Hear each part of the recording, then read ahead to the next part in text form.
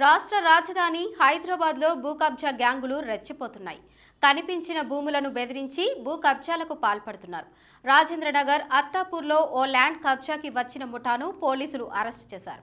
9 మంది గ్యాంగ్ సభ్యులను అదుపులోకి తీసుకున్నారు.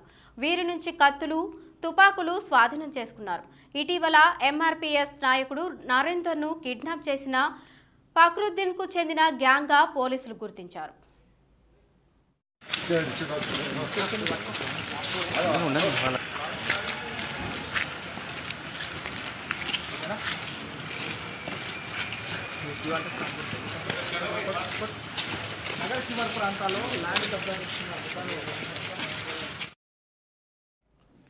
సిటీలో నచ్చిన జాగాపై కన్నేసి దానిపై ఫేక్ డాక్యుమెంట్లు సృష్టిస్తున్నట్లు పోలీసుల విచారణలో తేలింది.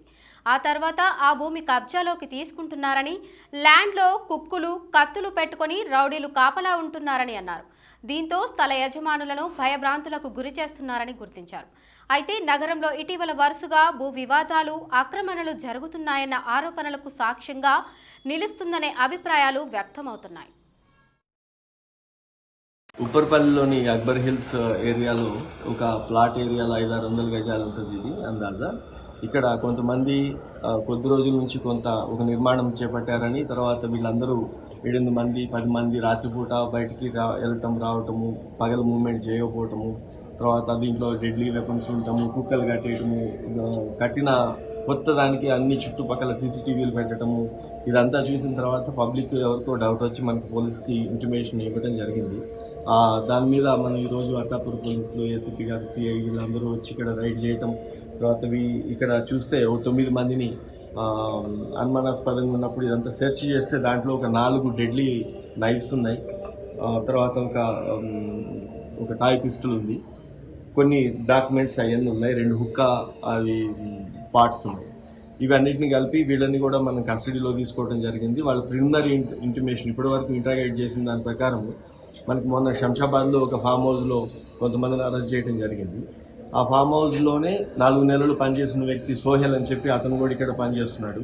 కాబట్టి దీని అందుబాటులో ఉండరో, లేకపోతే నెగ్లెక్టెడ్ ప్రాపర్టీ ఉంటుందో దాంట్లో ఒక సర్వే నెంబర్లు లేకపోతే ఏదన్నా ఒకటి వేసుకొని ఒక డాక్యుమెంట్ లాంటివి తయారు చేసుకోవడం, మొన్నటైతే కోర్టులో కూడా మిస్లీడ్ చేయడం జరిగింది, హైకోర్టును కూడా.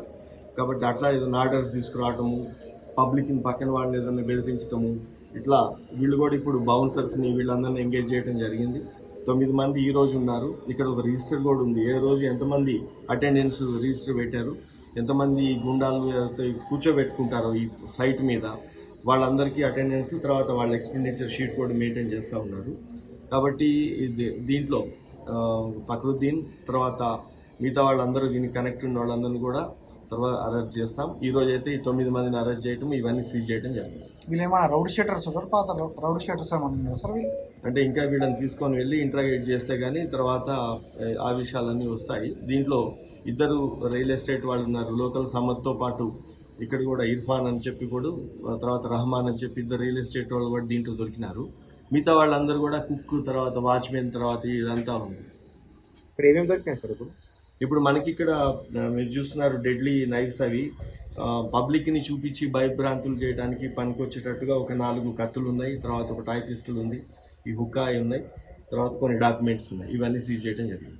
వీళ్ళు ప్రధానంగా కుక్కలను పెట్టుకొని చాలా విపరీతంగా వీళ్ళ దగ్గర ఒక సేమ్ ఎంఓ ఉంది. ఈ కుక్కలను పెట్టడం, ఒక కాంపౌండ్ వాళ్ళ లాంటిది గబగబా కట్టేసి దాని చుట్టూ సీసీ కెమెరాస్ పెట్టుకొని ఎవరు వచ్చినా వాళ్ళని బెదిరించడం, ఇదంతా ఒక సేమ్ ఫండాలో పోతున్నారు. ఇప్పటికీ ఇది 3rd సైట్ వీళ్ళకి సంబంధించింది అనుకుంటున్నాం. ఇంకా పూర్తిగా ఎస్టాబ్లిష్ కాలేదు, కానీ ప్రిలిమినరీ ఎంక్వైరీలో ఇది 3rd సైట్ వీళ్ళది హ్యాండిల్ చేస్తున్నట్టు.